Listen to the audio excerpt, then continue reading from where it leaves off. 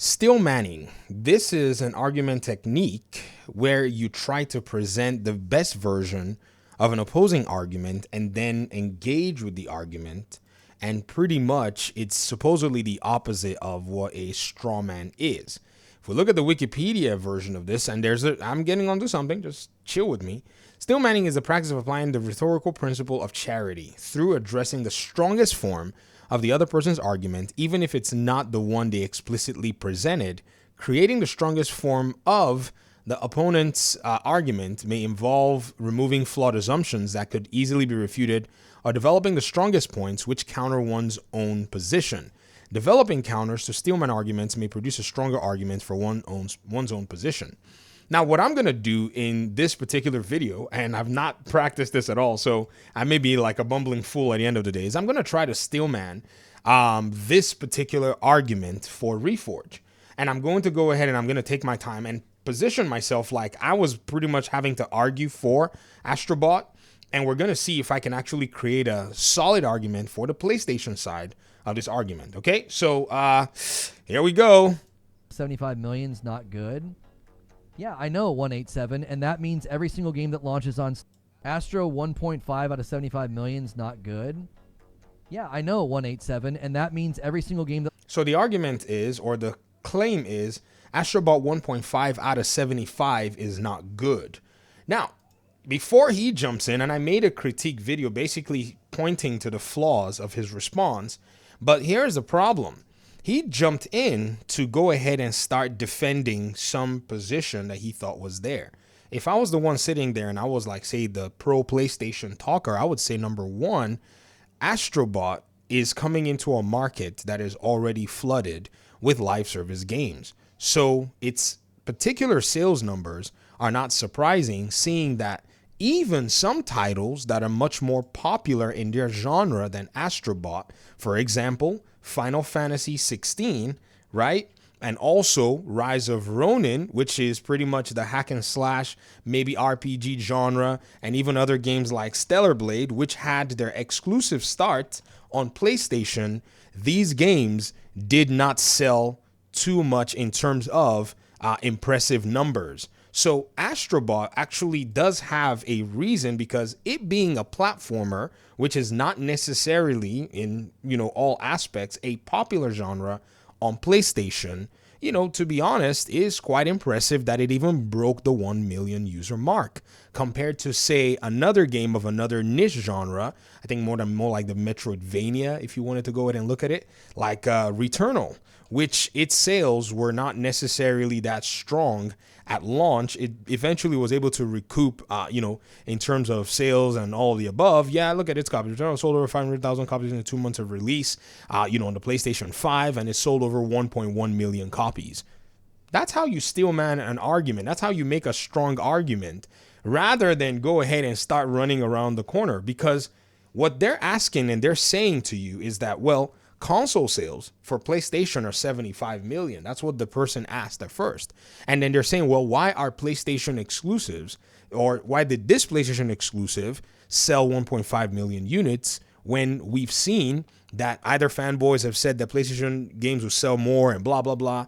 But the reality is, he could have easily just talked about how the market has really evolved, that now a lot of these niche games, and even some games that have popularity that are not in this coalition, are going to be seeing some, significant market pressure. How'd I do? Rate the Steelmanning. Now let's listen to what Reforge goes ahead to say in this video. And this is like my second stab at it, because I started to sit down and think very carefully. Okay, how could you steelman a PlayStation fan's response to make the response actually solid at the end of the day? That launches on Steam is an abysmal failure. Your argument is, with all due respect, 187, that argument is so stupid and so ignorant. When you claim... Now, that's not a way to go. But it's Astro okay. Bot selling 1.5 million out of 75 million, which, by the way, it's probably higher than that by now, so that number is going to keep climbing, interestingly enough. But you just called every game that launches on Steam an abysmal failure. That's a terrible way to go ahead and back up the argument. In fact, let me go ahead and jump into a second way that you can steelman and make a strong version of the argument, that when somebody asks you that question, You can simply go ahead and say, now, I understand that you might cite Nintendo as well because their exclusives sell, way more in that regard. And, it's a reality because Nintendo game sales, hold on, let me find it. Nintendo game sales versus PlayStation.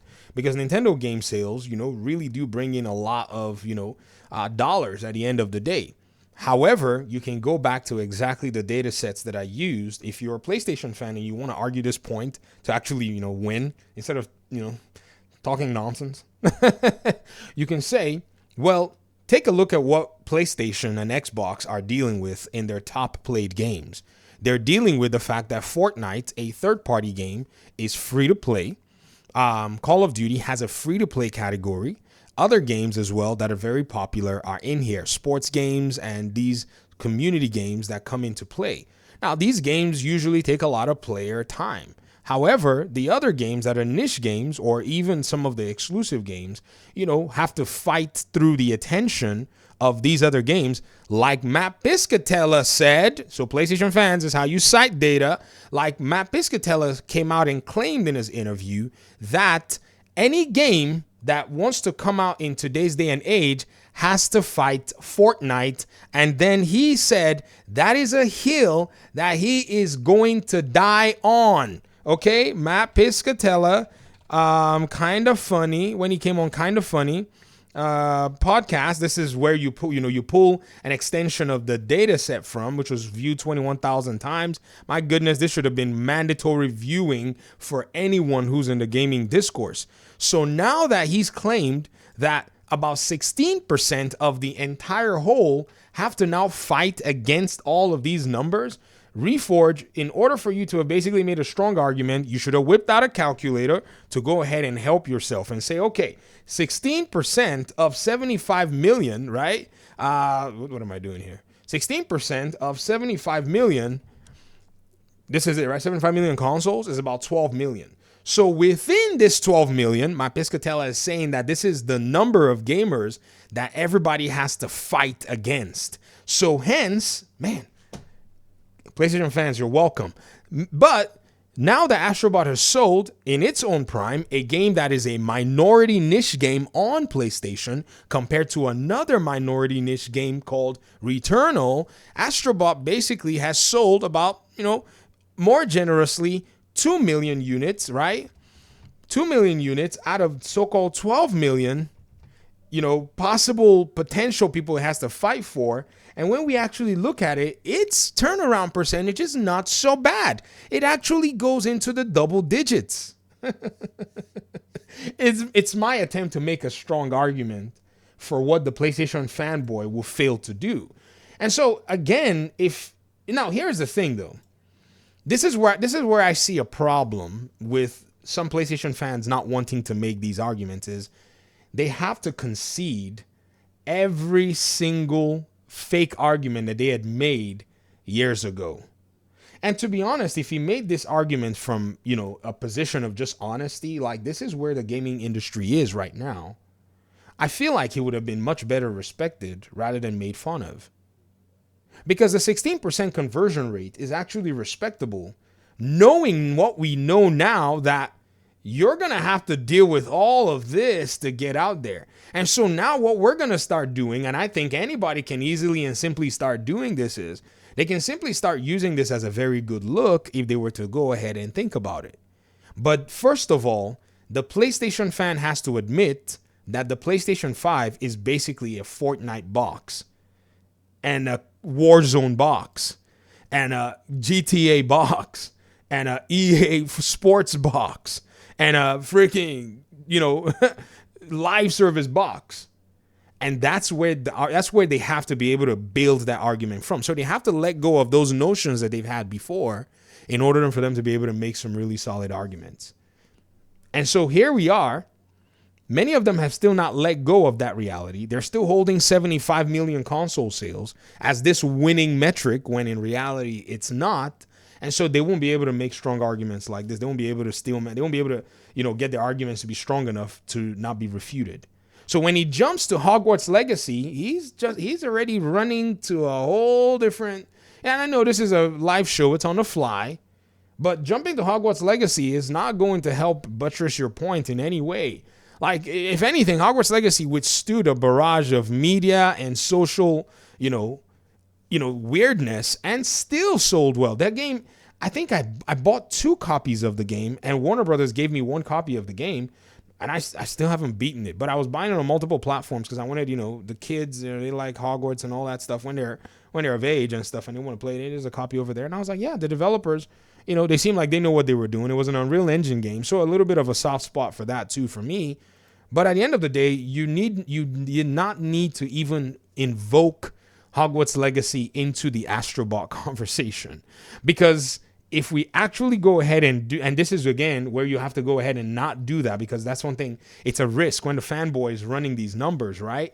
The Hogwarts Legacy example actually makes it way more impressive for that game that when you go ahead and do that, because it's not a good comparison, because Hogwarts Legacy is in the genre that's actually kind of liked across the board in terms of the 16% and such. So he didn't need to use that. Okay, those of tell your talking heads, man. Tell them to let go of their old notions and their old premises and be objective, and they'll be able to make strong arguments. It's not hard to do. The data is there for them. The data is there to help them. But they have to admit that the market has changed. But you know what's going to happen, though, right? If they concede these points, that the market has changed, that there's saturation in the market, they'll have to agree with Xbox's premise as to why it's taking games to other platforms. It's like a trap.